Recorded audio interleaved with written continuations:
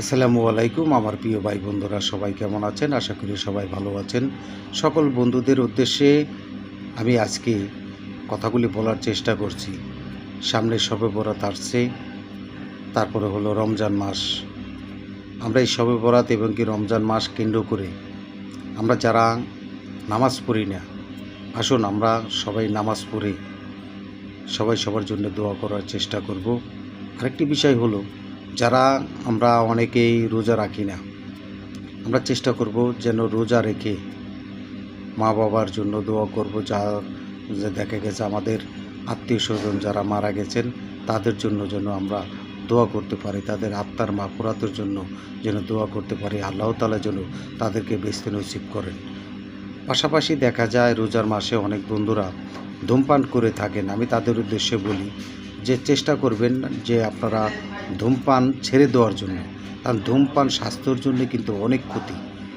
আপনি নিজেও জানেন যে আপনার ধূমপান অনেক ক্ষতি, কিন্তু তারপরেও আপনি খাচ্ছেন। খাওয়ার পরে আপনার অনেক অনেক বন্ধুদের অনেক ধরনের সমস্যা প্রবলেম ফিল হচ্ছে, কিন্তু প্রবলেম ফিল হওয়ার পরেও যে দেখা যায় আপনি যদি সেই জিনিসটা যদি ছেড়ে না দিতে পারেন, ওদের ভবিষ্যতে কিন্তু ভাই আপনার শারীরিক অবস্থা কিন্তু অনেক দুরবস্থা হতে পারে।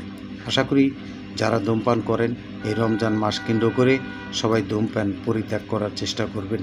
আর বিশেষভাবে আমরা রমজান মাসে আমার অনেক বন্ধুরা আছেন যে দেখা যায় কোটিপতি আধিপত্য আছে, অর্থ আধিপত্য।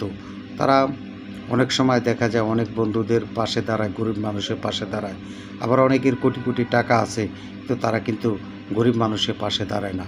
আমি সেই সকল বন্ধুদের বলবো যাদের কোটি কোটি টাকা আছে, তাদেরকে বলবো এই রমজান মাস কেন্দ্র করে আপনারা আশা করি গরিব দুঃখী মানুষের পাশে দাঁড়াবেন, তাদেরকে সহযোগিতা করার চেষ্টা করবেন। তারা যেন দুই বেলা দুই মুঠো ভাত খেয়ে রোজা থাকতে পারেন। আরেকটি বিষয় হলো যে দেখা যায় তাদেরকে যদি আপনি সহযোগিতা করেন, আল্লাহ তাআলা কিন্তু খুশি হবেন। তারা যেন ইফতারির টাইমে যেন ইফতারি করার মতন পরিবেশ তৈরি করতে পারে, সেই সুযোগটি তৈরি করে দিবেন।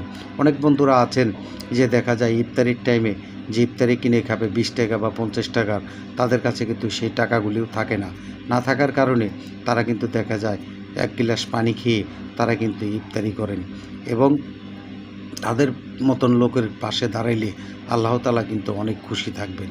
আমি যাদেরকে বলবো, পাশাপাশি আপনার এই যে এখন নির্বাচন হচ্ছে, জাতীয় নির্বাচন, অনেক বড় বড় এমপি ক্যান্ডিডেট আছে, কোটি কোটির মালিক, কোটি কোটি টাকার মালিক।